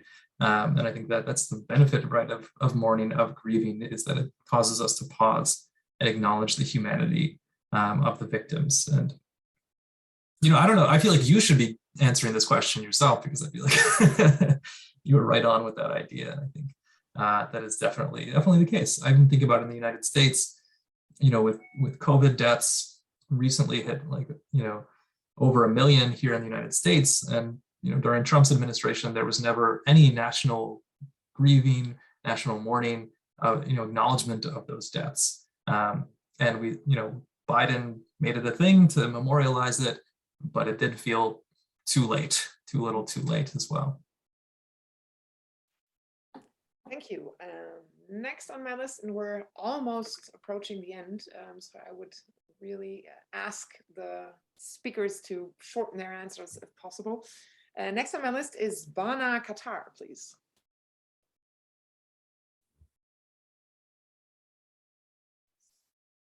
Hi.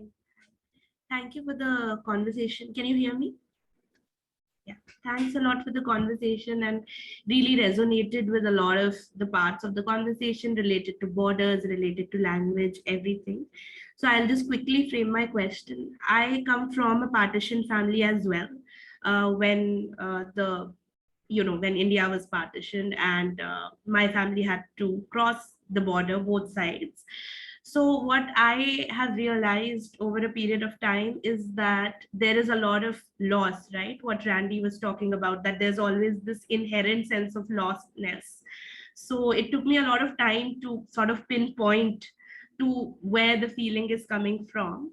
But as I am growing up, I'm also realizing that there's so much generational trauma around it, that especially to do with language, there's a lot of silence. Right? So we grew up learning English, but whenever I have asked my mother to teach me her native language, she has never felt comfortable teaching me that. So there's already a lot of shame and trauma that's associated with the languages that are sort of lost in our families. So I just wanted to understand that as a writer in your work of fiction, how do you really give language to these silences, right? Like, how do you approach that? And yeah, just how do you deal with this emotion of lostness? Okay, so I try to be concise. I think it's a really important question for narrative writers to, perhaps I don't like the word representation, you're not the political speech maker, you don't want to represent a group. But on the other hand, I always kind of try to write those characters, in my life play a very important role, but they are just largely just ignored in their real life. My mother, my grandmother, especially these characters, especially, for example, also, my grandmother spoke Hakka and my mother spoke another dialect, and yet they have this very sorrowful, powerful influence in my life, as I think of being a woman or being supposed modern feminist. being a citizen of the world, what they are, what they were, how they viewed me, as this kind of modern person. So I had to translate them. Basically, I had to write about them in film, in my books, fictionally and non-fictionally. I had to somehow trace back a certain kind of their history, but also collective history. And sometimes, if only personal is not great enough, I have to trace back the whole collective history behind them. For example, when the arranged marriage was abolished and when one-child policy started, when the bound feet feudal practice was, abolished, all began, all these are kind of collective political history, but it has to be located in a little personal history in my narrative. And therefore their existence, their language has this kind of massive kind of impact in my little story. So they are not just one single voice, but they amplify the collective experience. So when you talk about language and the loss, it's so linked to a kind of lost collective way of living, and also just a disappearance into this kind of history, which is largely about the heroes fighting, winning, rather than the losers, the one who didn't have heroic acts. So I think it really is through narrative, through storytelling, and through kind of economical combination of collective and a personal material combining together, shape your characters to recover that loss. Yeah, I don't think I have anything like profoundly insightful here to share. I think my answer would just be, just try to name it. You know, a lot of times what you're describing is like what my characters are struggling with at an emotional or deeper level. And yeah, you know, I don't have any answer of like, well, what do you do with it? But I think that the first step of just like naming it, identifying that, and thinking through it is at least where to begin.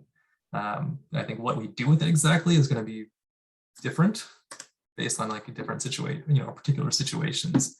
But yeah, I think a lot of times that naming that silence can be a starting point. Great, and you always start your contributions with "I have nothing insightful to say," and then something insightful comes. So thank you very much, both of you, of course, by the way. All right, so we have 2 more minutes. So I really would like to ask our last speaker to really ask a short questions and very concise answers from our 2 panelists, please. My last speaker on the list is Aigamin Toleulieva. I hope I haven't done so much harm to your name. Yes, it's right. I have just quick and short question to Randy and Xiaolu. So Xiaolu, you just have mentioned that when you ask your child to read your book, they said that it's boring and your trauma is your trauma, not mine. So do you think that one day we will come to this point when writing about immigrants will not be that important? Because, for example, when you look at media, or if you look just on social media, you can see that, for example, Asians are getting a lot of recognition and a lot of people are learning about history, and all countries are working on inclusion to make all people feel happy and safe everywhere in the world. And for example, when we stop, let's say we reach this point, this utopia, when there is no hatred or racism in the world, and do you think that it will be okay to stop talking about history because it will be known by default? For example, me coming from Central Asian country, I knew about Jew people, about Jew genocide because it was in our school books. And do you think that in the future, all school books, all school materials will have information about genocide or some colonization in every part of the world? Yeah, this is my question. Okay, so maybe I just take quickly. I think those major traumatic history would never be lost. You know, it's interesting because talk about, you know, in Asian history, you know, the emperor started to burn the books in order to remove some part of history. And, you know, during the Nazi time, the very famous event, you know, Hitler burned large quantity of books, but his story continues ever powerfully in all these, you know, be uncovered, recovered, you know, after some years, or never would be removed. And I think it's a question of in what kind of situation you educate people, in what kind of period you give the most effective information to the mind, you know, began to open. And I think when I was young, I was fed by, you know, Marxism, Maoism, Leninism. I was 8 or 9 years old, could barely read, you know, and I think I didn't take in, it was an overwhelmingly burdenous experience intellectually, you know. And I think actually after I left to China, I was 30 years old, you know, I suddenly become more political, you know, from this total indifference to the political discussion to this extremely sensitive political being, you know. And I think that is really through your physical experience and just intellectual experience, at a certain point it start to erupt, you know, start to build its own kind of momentum. So I don't worry too much, you know, we would lose those important memory and especially traumatic experience, you know, those would continue, you know, questions, how should we educate, you know, in what kind of way to others, to younger generation? I guess my concise answer, you know, just to add on to that, I think that's right on, is also just the idea of, you know, that these stories are always going to be necessary, and it's always going to be necessary to continue to tell the stories and remember these stories, because I don't think this is about, at least to me, it's not about like producing a perfect body of work that elucidates everything, right? It's about, like I was saying in my opening talk, the practice of remembering, right? Practice of creating memories, of finding memories, the practice of reading other people's memories, right? Individually, collectively. And I think, yeah, and so I think at the end of the day, it's not about just about like, I don't know, like exercising a muscle more so, right? As a populace, as a collective, than it is creating a perfect body of work. Thank you. All right, thank you very much, Randy and Xiaolu, for being wonderful panelists and for offering your insights, and also to the audience for being very amazing in asking questions and pushing our theme today forward. So this has been a pleasure, and I hope it served as a good opening event for this week of virtual events. And I hope to see a lot of you on some other event and occasion within the framework of the MSA.